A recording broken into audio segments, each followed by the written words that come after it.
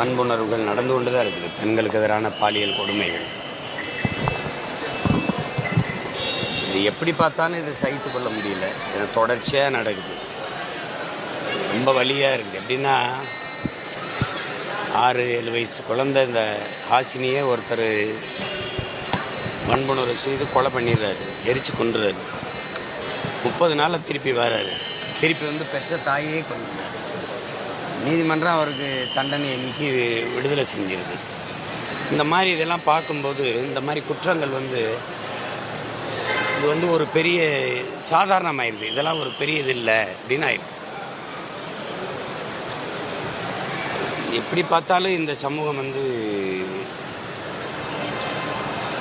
வாழ்வதற்கு வாய்ப்பற்ற ஒரு நரகமாயிடுச்சுங்கிறதான் ஒரு கொடுமையான இதாயிடுச்சுன்னு நினைக்கிறேன். ஒரு செயல் இந்த மாதிரி செயலெல்லாம் பார்க்கும்போது ஒரு செயல் எதனால் வருதுன்னா சிந்தனையின் வெளிப்பாடு தான் செயல்.